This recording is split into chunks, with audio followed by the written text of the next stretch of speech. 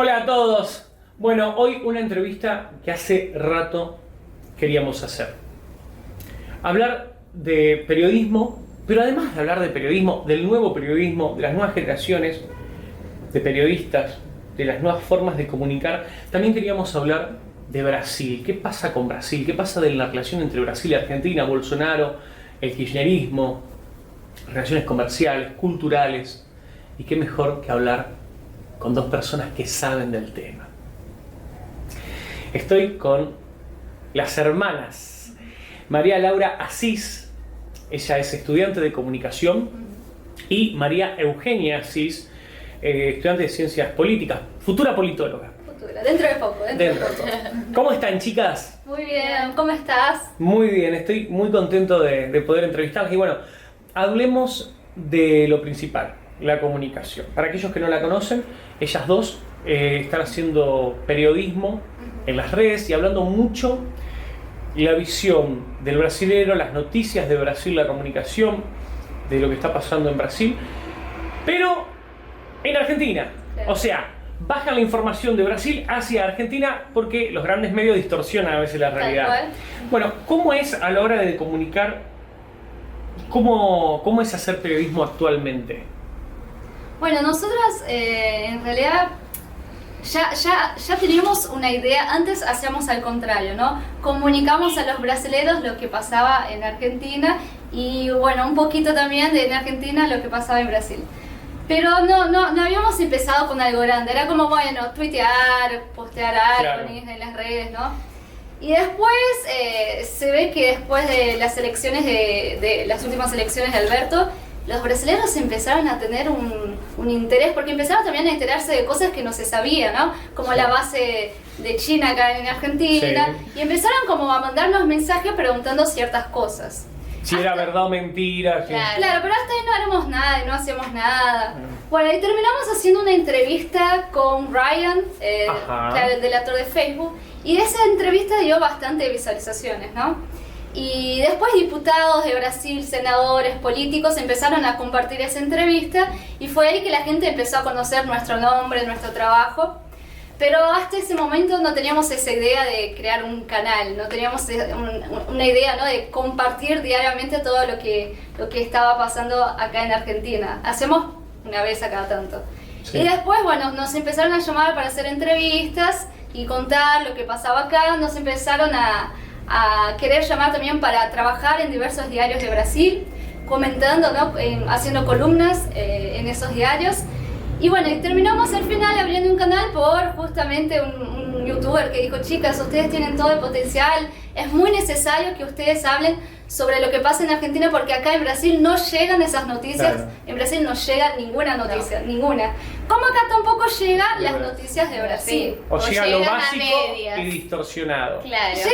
Claro, totalmente distorsionado, ¿no? Claro. Entonces, bueno, dijimos, está bien, vamos a probar, no teníamos ningún conocimiento ni nada del estilo. Entonces, bueno, a ver, y empezamos a probar y creció de golpe el canal, como de un momento al otro creció de golpe. Mucha gente empezó a seguir, bueno, muchos políticos de Brasil empezaron a mandarnos mensajes, periodistas también, que nos querían entrevistar, muchos periodistas de Estados Unidos. Y entonces, bueno, ahí nos empezamos a entrar en eso, ¿no? En lo que sería la comunicación en las redes. Pero también es lo que viene tomando más peso últimamente, porque la comunicación, al menos en Brasil ahora, los Sí. medios de comunicación tradicionales en sí están perdiendo fuerza. Mucha fuerza. ¿Cómo pasa aquí en Argentina? Claro. Sí, pero yo creo que allá es más notorio todavía, porque hasta los propios periodistas que son de los medios Por ejemplo, tradicionales podríamos están hablar emigrando al YouTube, De O por Globo, ejemplo. por ejemplo. Claro. Bueno, Globo es totalmente zurda, perdón decirlo. Pero no, es como, es lo que decíamos, el presidente, no sé, qué sé yo, cualquier cosa. Ejemplo, el otro día, solo porque tomó En un vivo tomó un vaso de leche y estaban diciendo que le estaba haciendo un gesto nazista. Nazista. Porque era un vaso de leche sin chocolate. Claro, el otro día estaban, siempre él, una cosa que nadie sabe porque acá los medios no comunican, Noticias de Brasil, no, siempre cuando él sale de su casa, ¿no?, de donde vive, hace como una parada y ahí está la gente que lo va a visitar. Claro. Y habla con la gente, está ahí como 15, 20 minutos hablando con la gente. Y siempre hay personas que quieren hacer como un rezo, una oración para el presidente, y hicieron el gesto tipo de oración, así como para rezar. Listo, gesto nazista, son todos Claro, el nazis. otro día ya estaba en todos los medios, seguidores de Bolsonaro hacen gesto nazista porque no sé qué, entonces como se inventan historias. Y como que eso también suma a la idea de que los medios tradicionales van perdiendo credibilidad. Sí. Y entonces a partir de ahí también como que la gente empieza a buscar otras formas para tratar de informarse. Y ahí... ¿No les pasa, después vamos a entrar un poquito en lo que es redes sociales, pero ¿no les pasa que, por ejemplo, los medios están, no sé si pasa en Brasil como aquí en Argentina, están tan fuera de la realidad? O sea, y te muestran algo que a la gente no les interesa. Tal cual. ¿Lo ven así? Sí. yo... Sí, justo el otro día estábamos hablando de eso, independiente de la mirada que tenga ese medio, ¿no? Sí, más allá de la línea editorial. Más allá de la línea, ¿no?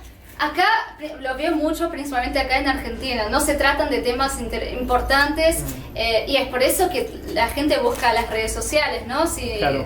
Como el otro día que fue justo las elecciones de Estados Unidos, creo que noticiaron más que Maradona estaba en el hospital que las elecciones de Estados Unidos, ¿no? Claro. Entonces como vemos que las prioridades son otras y capaz tienen que enfocarse en algo que va a definir el futuro del mundo y estaban priorizando ver si Maradona está bien o está mal. Claro, Obviamente hay que preocuparse, pero que no sea todo el noticiero el día entero, las 24 horas. Sí, no, porque la puerta del hubo un hospital. caso de coronavirus en el piso que estaba Maradona, eso nos cambia la vida totalmente, ¿no? Claro. Claro, una cosa increíble. Y hablando un poquito de redes sociales, hacer periodismo en las redes sociales es un poco complicado. Hace un par de meses el presidente norteamericano Donald Trump instó a las redes sociales, a los directivos, a que se definan qué son, que no son, si son redes sociales o que son medios de comunicación que tienen una línea editorial. Tal cual. ¿Ustedes ven una persecución a todo aquel que intente levantar una voz diferente a la de la masa progre grande, Claro. tirado a la izquierda o al socialismo? Totalmente. De hecho, ya censuraron muchas veces algunas publicaciones. ¿A ustedes? Sí.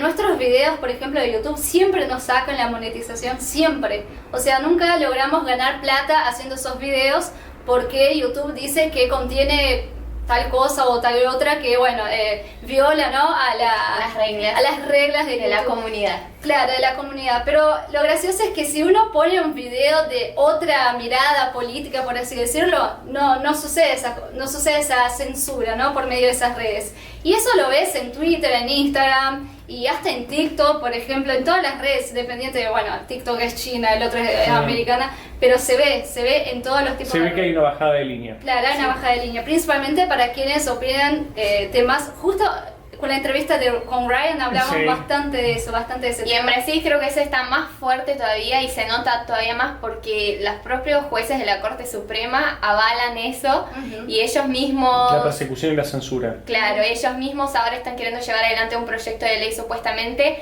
para lo que es fake news, pero ahí justamente entra en cuestión de qué es fake news, quién va a determinar qué es la Sí. fake news, que es más o menos acá lo que está pasando aquí con Novio. Chequeado, por ejemplo, Claro, Chequeado, donde tal cual. te dice qué noticia es verdad o mentira según el criterio de ellos, cuando las Claro. noticias tienen documentación, tienen Y Brasil fuentes. sufrió una fuerte persecución ahora a los periodistas independientes que trabajan con YouTube y con Sí. las redes, porque desde que Bolsonaro ganó gracias a las redes, ¿no? Esa Claro. es la realidad. Y muchos medios, muchos periodistas independientes empezaron a surgir y bueno, esos periodistas fueron perseguidos, muchos fueron a la cárcel, igual que vos, la misma historia. De hecho, cuando empecé a compartir que te fuiste a la cárcel y Los brasileños se sentían muy identificados porque era una realidad que ellos también están viviendo. y creo que allá hasta está un poco más fuerte que acá ese tema porque, bueno, infelizmente tenemos a los de la Corte Suprema que son los principales que avalan esos tipos de medidas. Es impresionante porque en algunos puntos nos parecemos tanto. ¿Ustedes creen que se puede hablar de un nuevo periodismo Sí. en este momento? Sí. ¿Y cómo definirían ustedes ese nuevo periodismo? Sí, yo creo que es un nuevo periodismo primero porque hay una libertad de expresión, ¿no? O sea, sacando la parte de la censura por parte de las redes, ¿no? Pero lo que quiero decir es que todos tienen voz. Cualquier uno puede hoy grabar un video, hablar de un tema, Sí. que es muy diferente de los medios tradicionales, ¿no? Donde tenés que ser tal persona para tener ese espacio para hablar. Y hoy creo que lo que las redes nos proporcionan, claro, es ese espacio para que cualquier uno pueda decir lo que piensa, en fin, mostrar las cosas como son.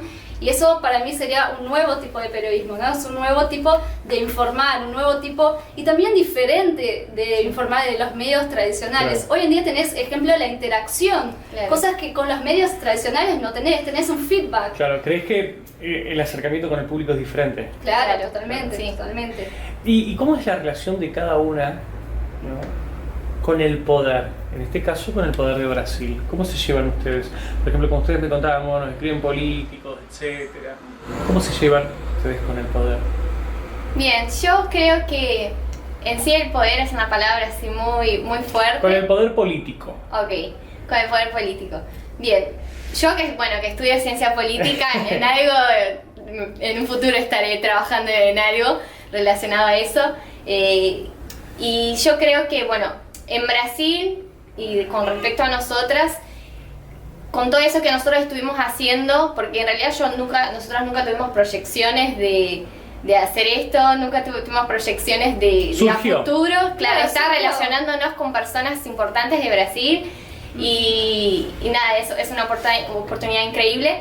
Y entonces pensar que la influencia que se puede tener, ¿no? Y que esas personas, que son las personas de poder, Claro. ellas justamente van atrás tuyo para buscar informar y llevar otras ideas a la sociedad, porque bueno, en Brasil es como decíamos, no existe un periodismo transparente que sucede acá atrás en Argentina. Entonces es muy importante el poder en ese sentido, porque esas personas justamente, al menos en Brasil, lo que están tratando de hacer es cambiar eso. Y entonces como que nos vemos involucradas en ese proceso de poder estar transmitiendo esa realidad hacia Brasil. Claro, sí. No, hoy en día la parte política de Brasil, principalmente, a partir en realidad no fue cuando Bolsonaro entró, Ya venía la época de Lula, ya ¿no? venía la época, no de Lula, pero sí de Dilma, ¿no? De Dilma. Fue ahí que empezó a haber un cambio, principalmente en el sector político. Antes, por ejemplo, no veíamos a ningún conservador, ningún liberal en la política. Eran Que todos bueno, es más o centros. menos lo que ocurre acá, ¿no? ¿Qué es lo que hablamos? El problema de lo que ocurre un poco acá en Argentina. Se ¿no? parece muchísimo. Sí, se parece muchísimo. O Es como sea, que no antes, también- no sé si se tenía miedo o... Claro, es como O la teoría necesitaban de el la espiral de empujón. silencio, Claro, ¿no? tal Claro. cual. Que en esa idea de que, bueno, la gente capaz, o por ejemplo en nuestra facultad, que la mayoría es zurda, hay mucha gente que capaz no lo es, pero tiene miedo de expresarlo, ¿no? De sentir que lo van Claro, a es como excluir. que, claro, es como que ya aceptamos que, bueno, todas las clases van a ser lenguaje inclusivo, todos vamos a andar con pañuelito verde y etcétera. Es como que no nos animamos a salir de lo Sí, general, igual, ¿no? igual yo creo que ahí el punto, porque ahí siempre se dice, bueno, pero ustedes están en contra de y no tienen nada para decir. No es así. No, Para nada. Y creo que es como más o menos en esa idea de espiral de silencio, y principalmente porque hay una imposición, ¿no? Y por esa imposición uno cree entonces que no tiene el espacio y que ya está, esa es la realidad y que lo tenemos que aceptar. Y entonces como que no surge ese espacio y uno como que... Y el juego, ¿no? De nosotros somos antisistemas de la parte de ellos. Claro. Decís, no, ustedes son el sistema. Tal cual. Ustedes tienen el control. O sea, el Estado está con ustedes. O sea, Tal cual. ustedes no son el No, no son antisistema. el antisistema. O sea, están adentro de esa máquina. Tal cual. Y ellos en realidad tienen el poder. Sobre todo en las universidades, ¿no? Que tienen el apoyo de los profesores, de los decanes, etcétera. Que todo lo que contradiga el relato oficial, el alumno, estudiante, es perseguido. Tal cual. A veces no públicamente, pero sí se ve en las notas, en... sí, en todo. Hasta a veces públicamente, Sí. te digo, hasta públicamente. Bueno, ¿quieren que entremos un poquito en la relación Argentina-Brasil? Bueno, Bueno, ¿cómo evolucionó en los últimos años la relación comercial de Brasil con Argentina? ¿O cómo involucionó? sí. No creo que haya... Ni evolucionado, ni involucrado. No creo ni avanzó, ni retrocedió. Claro, creo que siguió, la verdad, independiente de la época con Macri o la época ahora con Alberto, creo que sigue la misma relación bilateral con Brasil desde el punto de vista Económico, ¿no? Económico. Claro, desde el punto de vista económico. En este sentido, encima es como que Brasil depende de Argentina y Argentina depende de Brasil, Brasil, son claro. grandes socios, claro. Es lo que Bolsonaro el otro día comentaba, ¿no? Nosotros solo somos enemigos en el fútbol nomás. Como rivales en el fútbol. Claro, porque es difícil, ¿no? Independiente si tenemos diferencias ideológicas, de maneras de pensar distintas, no podemos negar que hoy en día Argentina exporta mucho a Brasil, como Brasil también a Argentina. Uno depende del otro. Entonces creo que en ese sentido, en lo económico no. En lo económico creo que sí, que se mantiene igual. Ahora ya en la parte social, por ejemplo, Sí. O la parte diplomática. claro, creo que Ahí hay eso- muchos chispazos. Sí, demasiado. Bueno, Bolsonaro constantemente en sus discursos habla de Argentina, Claro. que Argentina no está yendo por un buen camino, que Argentina es la nueva Venezuela, le llama de Venezuela del Sur. Entonces, en ese sentido vemos que la relación no es tan buena. Tiene una, digamos, no obsesión, pero sí está muy preocupado el presidente de Brasil por lo que está ocurriendo en Argentina, ¿no? Sí, pero la gente me pregunta, ¿por qué está tan preocupado? Es porque él mira también lo que está pasando, por ejemplo, con Venezuela, la frontera entre Venezuela y Brasil, Claro. que estalló. Sí, Brasil colapsó la provincia, ellos tuvieron que tomar algunas medidas para así... ¿De qué provincia estamos hablando? Estamos hablando del Amazonas, Roraima, Sí, las principal provincias del norte de Claro. Brasil. La principal fue Roraima, que se vio colapsada por la cantidad de gente de Venezuela que vino, y el gobierno tuvo que tomar una medida para esparcir esa gente por el país, porque allá el sistema de salud estaba colapsado, había mucha gente, entonces es como que son esas medidas que toman otros países que termina afectando el tuyo. Entonces es una preocupación porque, bueno, a futuro puede ser que se dé la misma situación entre Brasil y Argentina. Claro, y no que- un éxodo de argentinos vayan Muy a grande, Brasil claro. escapando de la miseria de Escapando, Argentina. claro. No es que los brasileños no acepten ni nada de eso, pero es lo que digo, hay espacio para todos, ¿no? Es como, espacio hay, pero el sistema de salud, el sistema de educación... Claro, no es lo mismo que te vayan 5.000 inmigrantes que te vaya medio país completo Claro. escapando de un Entonces, socialismo, de una Claro, persecución. entonces sí afecta a los demás países, ¿no? Bueno, lo mismo con Uruguay. Claro. Y hablando, ¿quieren que hablemos un poquito de Mercosur? Sí. Bueno, ¿es una barrera comercial o un factor benéfico para el comercio? ¿Cómo lo ven ustedes? Yo lo veo como benéfico. Sí, sí. Yo lo veo como benéfico y no como una barrera, porque no veo que después que se originó el Mercosur se haya originado en sí una barrera entre ambos países y Ujú. con todos los países que integran el Mercosur, sino que haya traído beneficios, principalmente por todo con respecto a aduanas, más libertad de comercio entre los países integrantes. Entonces yo no lo veo como una barrera y sí como un beneficio, pero bueno, creo que falta todavía reforzar los lazos entre los países y edificar una estructura más consistente, sólida, ¿no? más sólida, sí. Bien. Pasemos a la gestión de Jair Bolsonaro. Bolsonaro. El tema que más me gusta. ¿Cómo es Jair Bolsonaro? Jair Bolsonaro. Jair Bolsonaro. Bien. El cambio más profundo del país tras su asunción, podríamos hablar, por ejemplo, ¿cuál fue el cambio más profundo si ustedes lo tienen, hacer un análisis Elegir según el uno. punto de cada Elegir uno? uno. ¿La Claro. política, la económica o en la sociedad? Difícil, porque hubo un cambio en realidad en las Los tres tres esferas, sí. claro. Pero yo creo que el más impactante fue el social. Sí.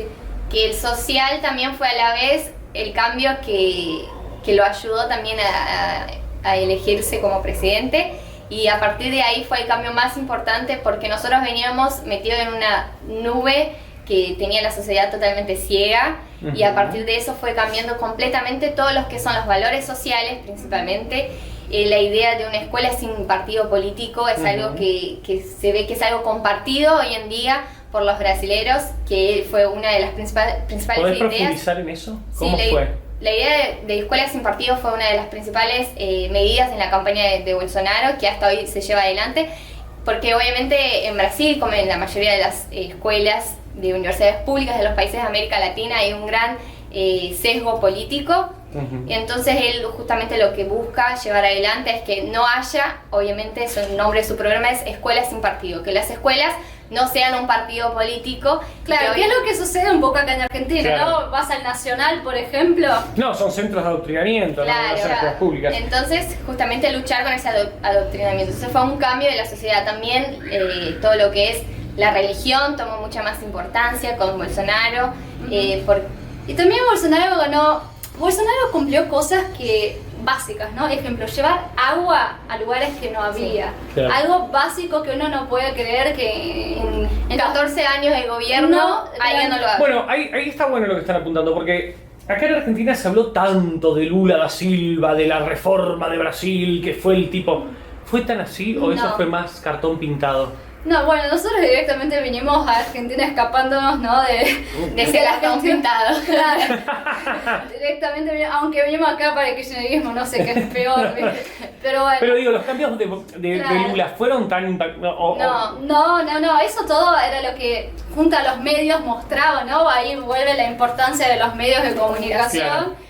Pero, por ejemplo, las obras que llevaban el agua, por ejemplo, a esas regiones. Por ejemplo, hay un río que se llama Río San Francisco, que supuestamente en su gobierno él había iniciado una obra para que justamente ese río lleve el agua a las regiones, viviendas, ¿no? De esa región. Y en todos esos años de gobierno que tuvo el PT, desde Lula hasta Dilma, Desde el 2003 están. no se finalizaron las obras. No. Y que un presidente que asuma y que en 4 años logre finalizar las obras, y ahí vos te das cuenta que justamente su interés no era llevar adelante esas obras. La verdad es que hay mucho robo, ¿no? Por eso que no se finalizan. Encima Claro. les conviene, por ejemplo, al no llevar agua a esas regiones, tiene los camiones pipa, que llamamos camiones pipa, que son los camiones que llevan agua a esas personas. ¿Y de quiénes son esos camiones? Justamente de esa gente linda, maravillosa. Entonces, ¿cómo que...? Esa historia me suena conocida a Argentina con esos negociados. Y al Claro. mismo tiempo no finalizar es una forma de ellos conseguir y continuar vendiendo promesas, ¿no? Entonces también... Claro, porque si haces, ¿qué tipo de promesas vas a vender? Claro, populismo. Claro, populismo. Antes de asumir la presidencia, Bolsonaro, se crearon bastantes prejuicios con el actual presidente. Sí. ¿Ustedes no ven una similitud con lo que le pasó a Donald Trump en el año 2016 y todo lo que se creó detrás de Donald Trump? Totalmente. Del monstruo, el nazi, Sí, Hitler. Nosotros Nosotros dijimos que todo lo que termine en ista, ellos le agregan a Bolsonaro. Racista, fascista, le decimos taxista. taxi, hasta todo, ¿viste? Todo lo que termine en ista es Bolsonaro. Bueno. Esta Bolsonaro es como, claro, para ellos, viste, Bolsonaro fascista, tiene prejuicio con los gays. El otro, de hecho, cuando Bolsonaro vino para Argentina, para Buenos Aires, me acuerdo que hablé con los de Crónica TV, ¿no? Y decían, hice una entrevista para ellos y ellos decían, no, porque Bolsonaro es fascista, no sé qué, no sé qué. Bueno, empecé a dar datos, porque yo digo, tengo que dar datos a esos que no saben nada, viste, comentan y repiten un discurso. Es muy del periodismo berreta de la televisión argentina, hablar sin saber Hablar un sin carajo. saber. Entonces le pregunté, ¿sabes el nombre al menos de algún ministro? Ni ministro sabe cómo se llama. Entonces, primero estudia, hablemos de política cuando sepas. Empecemos Claro. por ahí, ¿no? Entonces, como que hay todos esos conceptos, pero son conceptos que se les imponen, ¿me entendés? Que circulan sin tener un argumento. Como, bueno, Donald Trump, tal cual, como pasa allá. Y por ejemplo, uno si se pone a pensar en Bolsonaro, uno de su mano derecha es un señor que es afrodescendiente. Y ahí uno piensa, bueno, pero él no es racista. Claro. Después uno de los mejores amigos de la familia que pasa Navidad, toda la fiesta con él, es gay. Y paraguayo, ¿no? Uruguayo. Uruguayo. Es un uruguayo gay que se fue a vivir a Argentina y es un maquillador muy importante. A Brasil, ¿no? Perdón, a Brasil, y es un maquillador muy importante, es el mejor amigo de la familia. Pero Bolsonaro no es homofóbico. Bueno, ahí vamos viendo cómo son construcciones que inventan, obviamente, ¿Cómo se va para armando un personaje sí, detrás de armar otro, un no es personaje. verdad? Claro, Bueno. quisieron como hacer lo mismo que hicieron con Trump, pero bueno, ahora acá en América Latina. Hoy hablábamos de Lula da Silva, vamos saltando de un tema a otro. Sí. ¿Cómo fue ese salto para la sociedad brasileña de Lula da Silva y de Dilma Rousseff, porque era una sociedad eso, a Bolsonaro? Estamos hablando de un cambio completo. Sí, completo. O sea, no fue un gradualismo. Hola, No, Mauricio. No fue un gradualismo, digo. de golpe. Fue algo completo, es que creo... Igual es sospechoso que nosotros lo hablemos porque, bueno, obviamente no vamos a hablar algo, cosas negativas porque la verdad es que nosotros admiramos todo el trabajo que viene haciendo Bolsonaro. Y su equipo, porque yo digo, la diferencia de Bolsonaro también para los demás presidentes es que tiene un buen equipo de ministros. Su equipo de ministros Perdón, es perdón, excelente. ella acaba de decir algo Sí. que es interesante y se lo digo a la gente que está del otro lado. Nosotros nos sentimos identificadas con el gobierno de Bolsonaro. Lo bueno de entrevistarlas a ellas es que, a ver, así como en otros canales de YouTube o en los grandes medios de comunicación están todo el tiempo hablando de Lula da Silva y qué sé yo, y de la patria grande y toda esa boludez que nos han metido en la cabeza, está bueno escuchar otras voces, sobre todo para los jóvenes que están del otro lado. Así que digo lo que dijo ella porque es como que uno ya se tiene que decir, no, pero yo... No, porque los otros lo hacen impunemente. Digo, ¿cuál es el problema de que haya un sector del periodismo que diga, me gusta la gestión que está haciendo Bolsonaro? ¿No? Sí, bueno, en Brasil justamente ayer había una polémica sobre ese asunto, sobre un periodista que, bueno, sobre las elecciones de Trump, que justo una chica del Globo, ¿viste la cadena? Cuando Biden pasó a Trump y empezó a decir, ¡ay, estamos ganando! En vivo, cuando justo cambió la cantidad de votos que se le sumaron así. Entonces también decía, está bien que vos tengas un lado, ¿no? Una mirada política, por así decirlo, pero no mientas, decía, no mientas, claro. Pero bueno, como estábamos diciendo, la diferencia del gobierno de Bolsonaro con los anteriores principalmente es su equipo, su grupo de ministros. Por ejemplo, nosotros tenemos dentro de los ministros de Ciencia y Tecnología es un astronauta de la NASA. Claro, Marcus Ponchi, que bueno, es un ministro que muy competente para ese cargo. Lo mismo para, bueno, General Heleno, para las fuerzas de seguridad. Que bueno, él fue de las Fuerzas Armadas y participó en un montón de misiones de paz en Haití, diferentes lugares del país. Entonces como que la principal diferencia es que tiene un equipo muy preparado para llevar adelante en cada área, principalmente el ministro de la Economía, que ese fue fundamental. Vemos como en estos últimos años, por ejemplo, Petrobras, que es una empresa de petróleo brasilero del Estado, y como mágicamente, claro, que no fue magia, porque sabemos como que no hay magia por detrás. Claro, la empresa que tenía déficit, ¿no? Tenía prejuicio, hoy en día tiene lucros.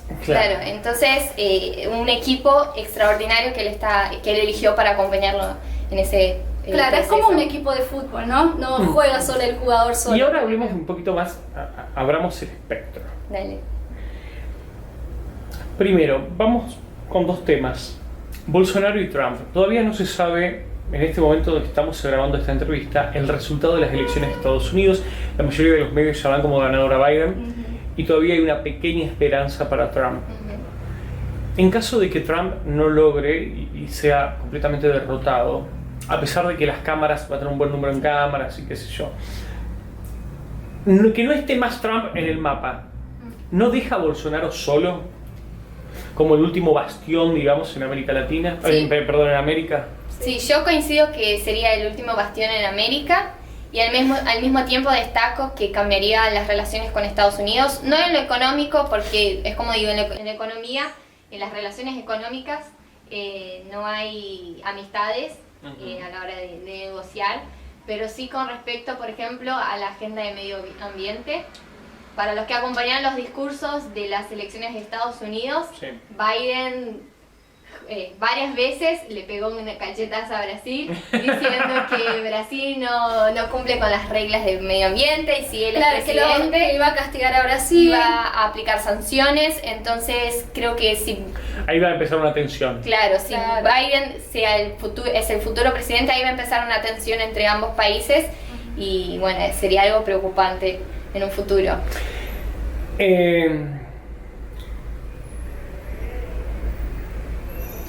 ¿En qué sector social pegó más el impacto de Bolsonaro? Claro. Bueno, sí, en la clase media. La clase media fue el que más impacto tuvo, porque esos gobiernos populistas, ¿no? Siempre favorecen o a los sectores que tienen más plata, por así decirlo, o a los sectores más pobres. Claro, ellos suelen polarizar a la sociedad. Claro, ¿no? Sí. Claro, los de plata y los que no tienen plata, pero se olvida la gente de la clase media. Acá, por ejemplo, en Argentina la mayoría es de la clase media, y se olvida de esas personas que son los que trabajan. Bueno, hoy en día no, el índice de pobreza está en 40 y... Ya está quedando muy poca clase media, Alberto. No estaría pasando. Pero entonces creo que fue el sector que tuvo más impacto desde que Bolsonaro fue electo, y también hubo una creciente... Yo al menos lo veo, ¿no? Como que un gran pase de la gente que estaba en la clase baja a la clase media, con la ayuda financiera del gobierno para abrir pequeñas empresas. Claro, como que él sacó todo lo burocrático para que las personas se animen a invertir en el país, a abrir nuevas empresas, microemprendimientos. Claro, él lo que quiere dar es trabajo, ¿no? Que la gente tenga la oportunidad el día de mañana tener un negocio, en fin, que es como se debe, ¿no? Para para salir No la a través pobreza, de no a través planes. de planes como existe acá, sino que a través de obviamente disminuir la burocratización para así llevar adelante esas políticas. Y hablemos un poquito de la relación de Alberto Fernández porque hoy ustedes me decían, bueno, en el plano comercial no va a cambiar, Sí.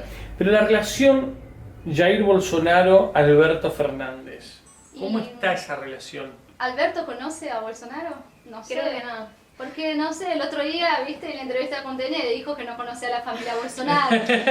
Así que, claro. No sí. sabe de su existencia. Claro, no No, sabe no. su existencia. Yo creo realmente Bueno, que... amistad no hay. Claro, eso es Porque obvio, ¿no? Eso es obvio, y es más, justamente en esa entrevista Alberto decía, creo que Bolsonaro está muy preocupado por lo que ocurre acá conmigo.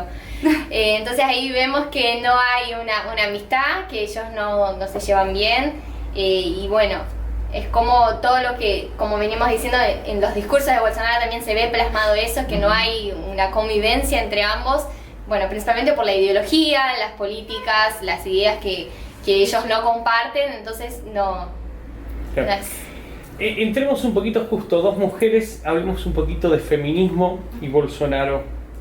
¿Cómo recibió el feminismo local en Brasil, ¿no? El feminismo brasilero, que también está en auge, como aquí en Argentina? Las leyes impulsadas por Bolsonaro, para aquellos que no saben, hubo un endurecimiento de las penas para violadores y asesinos. Sí. También impulsó, por ejemplo, leyes que recortan la burocracia para la compra de armas para defensa personal. ¿Cómo impactó todo eso ya? bueno. Sobre el tema de las penas para violadores gay. Sí. Primeramente, creo que cuando las feministas y todas las medidas que son llevadas adelante por Bolsonaro, ellas no piensan si les beneficia o no, ¿no? No. Directamente por Están en contra por directamente. ser, La una, rechazan, claro, por ser por ser una Bolsonaro. medida que se implementó, se lleva adelante por el gobierno de Bolsonaro, ellas directamente la rechazan y se ponen en contra de esas medidas. Y buscan algún punto para criticarlo, ¿no? Claro. Entonces, todas esas medidas que ibas mencionando, ellas fueron a criticar. Y es como Bolsonaro siempre dice, ¿no? Cuando un ladrón o un abusador viene a cometer el delito, viene a violar, ¿qué le vas a entregar? ¿Una rosa? ¿Le va a decir no lo hagas? ¿Qué le va a decir ay por favor? Y él Claro, no lo va porque a hoy hacer. vivimos ¿Le en vas a un hablar mundo... con la E? Claro. Hoy Entonces, vivimos en un mundo muy políticamente correcto, ¿no? Y Bolsonaro justamente lo que muestra es que esto no es real, ese mundo del políticamente correcto no es real. entonces justamente que él tome esas medidas que, por ejemplo, que una mujer tenga un arma para defenderse, una futura agresión, es algo, yo lo veo como algo positivo, ¿no? Y que ellos no lo vean como algo positivo, no sé, me parece raro y justamente ahí vemos como ellas no buscan lo mejor, lo claro. mejor para lo que es la lucha de las mujeres, para defender y que tengan herramientas para defenderse. ¿Es muy parecido el feminismo de Brasil con el feminismo argentino? En la parte progre, digo, ¿no? Porque Sí, a veces es muy- uno habla de feminismo y mete todo en la misma bolsa y hay un montón de chicas Es que muy son feministas, parecido, ¿no? pero creo que acá en Argentina está más avanzado Sí. el tema del Está feminismo. más radicalizado. Sí, sí, totalmente. Allá recién en Brasil, ejemplo, el El lenguaje lenguaje inclusivo, inclusivo. recién ahora Me lo está. imagino difícil que debe ser en portugués. No, y encima ya es diferente, el lenguaje inclusivo de Brasil es diferente del lenguaje inclusivo de Argentina. Entonces tenés que aprender los dos, ¿viste? quilombo. Un quilombo, claro.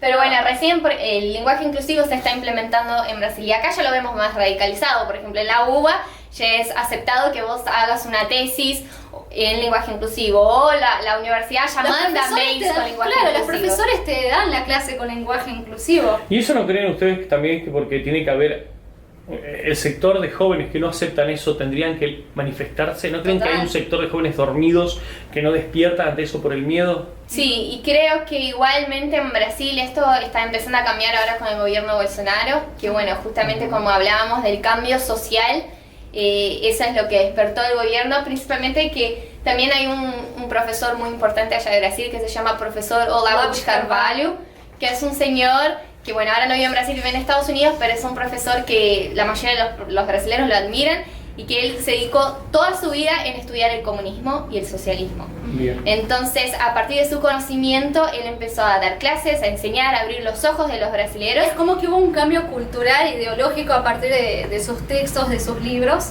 que también ayudó de cierto modo, ¿no? A la juventud también, Sí. a abrir los ojos y ver cómo en realidad funciona todo ese aparato que ellos construyeron.